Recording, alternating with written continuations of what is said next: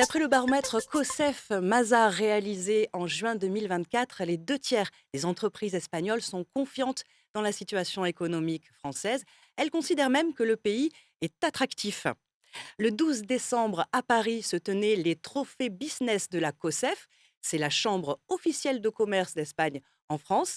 Christine Allard, bonjour. Bonjour. Vous en êtes la présidente.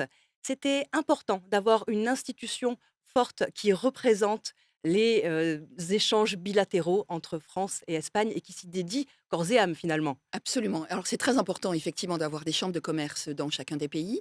La COSEF existe en France, à Paris, depuis 136 ans.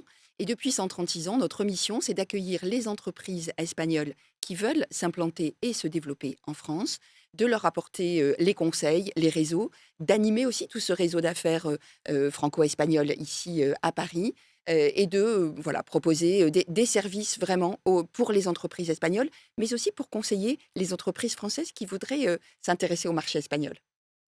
Et Christine, vous êtes accompagnée par Marie-Paz Ramos. Bonjour. Bonjour. Vous êtes la conseillère économique et commerciale de l'ambassade d'Espagne. Comment se portent les échanges bilatéraux entre l'Espagne et la France? Est-ce que 2024 a été une bonne année? Alors, les échanges bilatéraux sont très, très importants. La France est le premier client de l'Espagne au monde et les échanges, sont à la hauteur de 100 milliards d'euros, 60 milliards en faveur des exportations espagnoles, 40 des exportations françaises. Les investissements bilatéraux sont très, très importants aussi. Il y a plus de 4000 entreprises françaises installées en Espagne qui créent 400 000 emplois. Il y a 800 entreprises espagnoles en France et ces données ont tendance à s'accroître d'année en année. Justement, est-ce que 2025 s'annonce sous de bons auspices? 2025 s'annonce sous de bons auspices. On pense que la tendance croissante des échanges et des investissements va se maintenir. Toutefois, il y a bien sûr des incertitudes géostratégiques au niveau de l'Europe et des échanges mondiaux avec les États-Unis, la Chine. Donc, il y a quelques incertitudes, mais la base industrielle des échanges bilatéraux est tellement forte que notre espoir et notre certitude est que ça va s'accroître en 2025 aussi. Alors, je le disais en introduction, les relations commerciales franco-espagnoles ont été largement mises à l'honneur lors de ces trophées COSEF 2024. Et Christine, il y avait 8 prix. Est-ce que vous pourriez nous les présenter? Oui, alors chaque année, nous remettons des trophées qui sont symétriques, c'est-à-dire que nous distinguons l'entreprise française en Espagne, l'entreprise espagnole en France. Nous accordons un trophée pour l'investissement espagnol en France et l'investissement français en Espagne. Nous avons des trophées qui nous tiennent beaucoup à cœur, qui sont les trophées RSE, donc vraiment de responsabilité sociale des entreprises, là également côté France et côté Espagne. Et enfin, nous distinguons des personnalités qui ont eu un fort impact dans l'année, qui se sont vraiment distinguées dans ces relations franco-espagnoles dans l'année écoulée. Avant de découvrir tous les lauréats de ces trophées qui vont défiler ici en plateau, l'ambassadeur d'Espagne était présent lors de la remise de ces trophées. C'était pour lui le rendez-vous annuel incontournable pour mettre en lumière les liens indéfectibles qui unissent la France et l'Espagne. On a recueilli ses réactions, on l'écoute. Bon, la COSEF a une tradition de complémenter le travail de l'ambassade, le travail des entreprises et favoriser les entretiens avec les entreprises espagnoles, françaises, de tisser des liens, de créer une ambiance de coopération et c'est toujours un partenaire essentiel.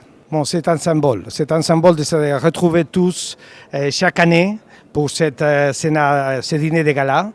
Et c'est le moment de dire que les entreprises peuvent trouver quelque chose à remercier les uns des autres, trouver quelques personnalités qui ont fait quelque chose de spécial pendant l'année, et inclut aussi l'idée de genre, l'idée d'inclusion, les valeurs qui doivent être à la base de l'entreprise moderne. C'est pour ça que les trophées ont une valeur spéciale. C'est une bonne année et on a dû relever des défis évidemment nationaux et à niveau national et au niveau international. Il y a beaucoup d'incertitudes aussi, mais notre coopération est très serrée, très étroite, très bien fondée. Il y a beaucoup à faire dans le domaine européen, la France et l'Espagne ensemble. Et je crois que c'est un moment pour dire en même temps que l'Europe, avec la France et l'Espagne, doit d'abord se renforcer, puis en même temps ouvrir les portes pour la coopération internationale. C'est un bon moment pour les deux pays. Et c'était donc Vittorio Redondo. Nous allons recevoir, je l'ai dit, les 8 lauréats cette année pour découvrir les actions qu'ils ont menées, notamment avec leurs particularités, ce qu'ils ont pu mettre en valeur. Mais j'aimerais qu'on s'arrête sur ce jury qui a décerné ces trophées. Qui sont les personnalités qui le composent? Quels sont les critères qui leur permettent de mettre une entreprise ou une personnalité en lumière plus qu'une autre? Alors, notre jury est composé de l'Office commercial de l'ambassade d'Espagne, de représentants de Business France et puis de membres du conseil d'administration de la COSEF. Chacun des membres du jury propose en fait des entreprises candidates, propose des initiatives, et puis nous en discutons, nous en débattons, et le choix des lauréats, il est très démocratique. Nous votons, et c'est un choix absolument démocratique entre nous tous. Et ces trophées organisés par la COSEF avaient une invitée d'honneur, c'était Nadia Calvino. On a recueilli ses impressions et surtout son analyse sur les relations franco-espagnoles. On l'écoute. C'est très clair que la France et l'Espagne sont des partenaires économiques très importants. Et la France est le premier marché d'exportation de l'Espagne, deuxième partenaire en investissement. Et les relations se sont améliorées ces dernières années et encore plus. Je me souviens quand j'étais vice-présidente du gouvernement espagnol de comment on a signé, et le président Sánchez et le président Macron ont signé à Barcelone un accord d'amitié qui montre la force des relations entre les deux pays, qui sont à la fin très très importantes aussi pour l'Europe. La Banque européenne d'investissement investit dans de grands projets industriels qui sont dans des compagnies qui sont actives dans les deux pays, que ce soit dans l'automobile, que ce soit dans le déploiement des énergies renouvelables, mais aussi on est des investisseurs très importants dans les infrastructures. Par exemple, les trains à haute vitesse, les interconnecteurs électriques et d'autres infrastructures qui sont clés pour que les deux économies continuent à profiter, à donner de la prospérité et contribuer au bien-être des citoyens. Elle a également reçu le prix de la personnalité espagnole. Elle était assez enthousiaste. On l'écoute à nouveau. Je suis très émue de recevoir ces titres ici à Paris parce que comme ministre, comme vice-présidente du gouvernement espagnol, j'ai entretenu de très bonnes relations avec les entreprises espagnoles et françaises. J'ai toujours essayé d'aider à la coopération entre les deux pays et maintenant, comme présidente de la BEI, je continue à faire mon mieux pour que les deux économies, que la France et l'Espagne, continuent à croître et au bénéfice des citoyens espagnols, français, au bénéfice des citoyens européens à la fin. Christine Allard, c'était important de mettre cette femme à l'honneur?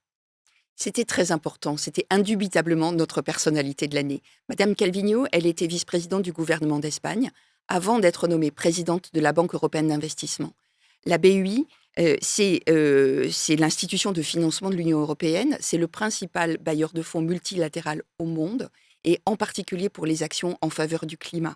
Donc, Madame Calvino, elle a un parcours absolument exceptionnel. C'est une femme tellement dynamique. C'est une femme formidable et en plus, elle œuvre beaucoup pour favoriser le parcours des femmes dans l'économie, le parcours des femmes dans les entreprises.